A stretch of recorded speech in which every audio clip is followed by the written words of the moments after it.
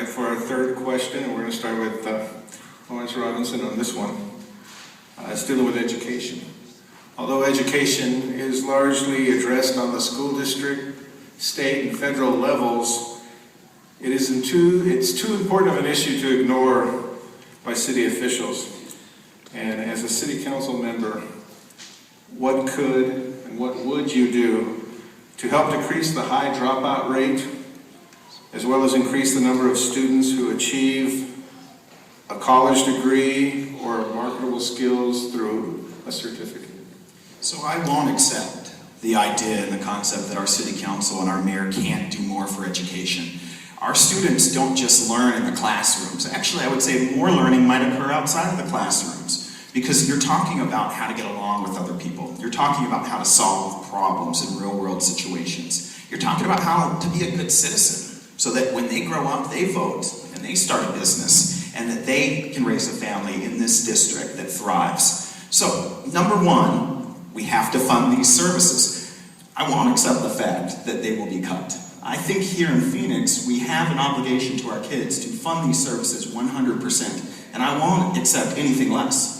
If we don't fund for the next generation, if we don't fund the Phoenix after-school programs, the Phoenix summer school programs, the pools, the community centers, and our libraries, what are we really doing? What are we doing here? Let's go home, right? We're in the Kroc Center. We've got beautiful kids in this center every day. But the city needs to pick up the rest of that slack. And I, again, am still the only candidate up here talking about funding that, because I think it's important.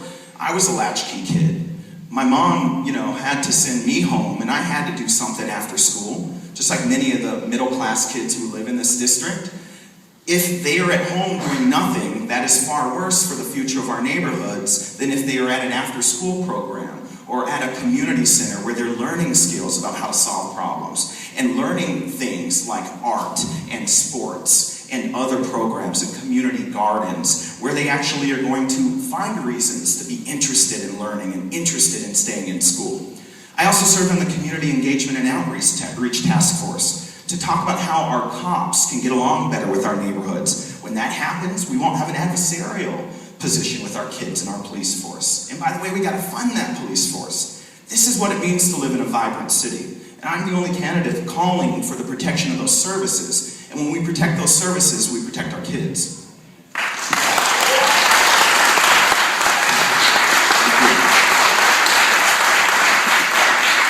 Please. About education, they think of school and college and degrees. I think one of the big things we need to do is educate our kids on how to be a part of society. I can remember when I was 13 and I got my first job. The statute of limitations is over, so I'm not worried about saying I was working illegally. But I was 13 and I got a job stocking shelves for $2.50 an hour. Below the minimum wage, by the way. But it didn't matter. I came home and I had money in my pocket. And I was proud that I had worked a good day and got a good wage for what I was doing. It's how I bought my first pair of jeans, because my mom wasn't going to buy them. Now with 13 kids, she wasn't. So that's what we need to teach our kids. My father got a job at St. Luke's Hospital and started as an orderly, cleaning up after all the patients. He ended up 28 years later running the heart-lung machine that keeps you alive during open heart surgery. He didn't go to school for that. He learned on the job. First cleaning up after people, then setting up the crash cart, then putting in an IV. There is other ways that kids can learn, and we need to find those. We need to find businesses to partner with high schools to take a kid who's got two hours free in senior year because they got pretty much all their credits done, and maybe show them how to fix an air conditioning, how to change a transmission in a car. There's a ton of other jobs that don't require an MBA. There's a ton of things that need to be done in this world, and there's a ton of opportunity. But we need to give our kids the opportunity to learn those skills and to learn how to work and get paid a good day's wage for a good day's work. And that's the first step. Reverend Stewart. I mentioned earlier about partnership, but also I talked about I want to talk about mentorship. Coming alongside our young people, coming alongside our schools. Years ago, when I was executive secretary of the Home Mission Board of one of our denominational conventions, I started an Adopt a School program. And I told pastors and lay leaders from all over the country, if every one of our churches would simply adopt a school in the neighborhood, would help provide volunteers to tutor, to help the teachers out. Many times educators have to do more social work than they can do education.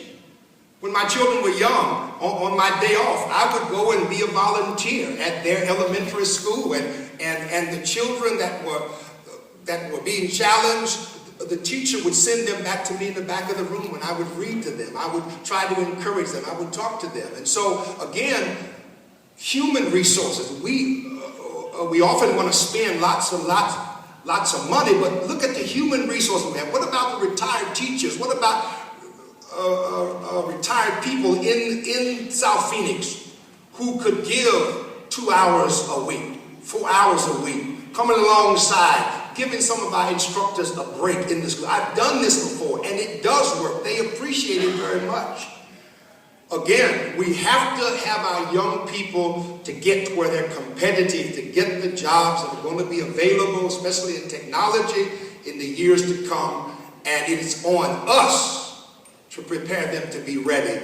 And I'm ready to move forward with that. And I think the city council and education and all types of nonprofits can work together to solve this problem without it costing millions and millions of dollars. Carolyn. Well, this is a special to me because I love kids.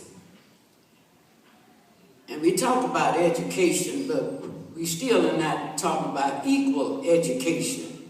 We are still discriminating some kids against the other. I had a place called Kids Place. You can go on the web and catch it at kidsplaceinternational.org. I started right next door here to Salvation Army back in 1989. Went to the White House working with children, volunteering. All my work has been volunteer, never got paid. But a lot of times the kids that I represent, mamas and daddies on drugs, they may be locked up. They don't know how, they don't have clean clothes. These kids need some love. What about a love school?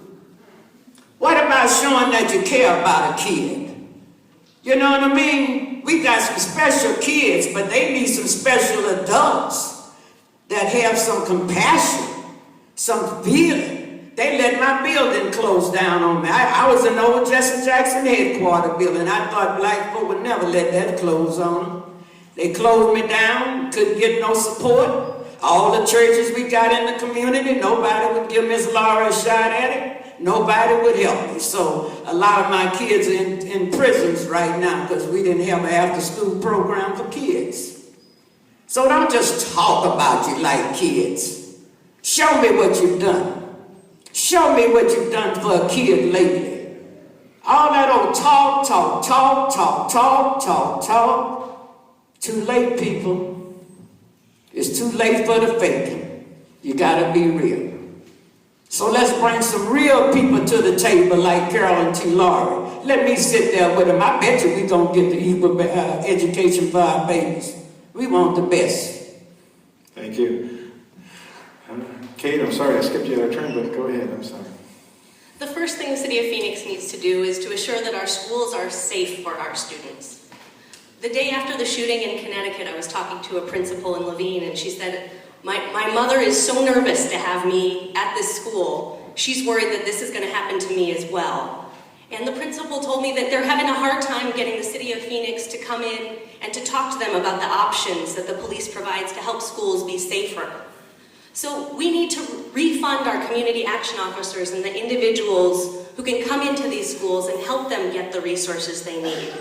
And the public schools have more resources than some of the charter schools. We have a large number of charter schools in District 8, students who have decided that the Roosevelt School District or others aren't the right match and they're going elsewhere. But those smaller schools don't have as much resources in terms of public safety. So some do have grants to come in, but a lot of the time the teachers and the principals are on their own, and we need to make sure that Phoenix Police is going proactively to talk to them and to make sure that, heaven forbid, if we do have a dangerous situation, that everyone is aware of the plan and that the plan has been crafted by educators and public safety officials who understand those challenges. That needs to be a huge priority, because if you're not safe at school, it's really hard to focus on the kind of education you need to get a great career. We also need to make sure people have safe routes to school, and I'm proud to have been involved with working with the City of Phoenix on the Safe Routes to School program. I've also helped author the Complete Streets program, which is a policy that makes sure we design our streets so that it's not just for cars going quickly, but for pedestrians, for bicyclists, for people in wheelchairs, for students going to school, because we need to think ahead and make sure that everyone has a safe way to get to school.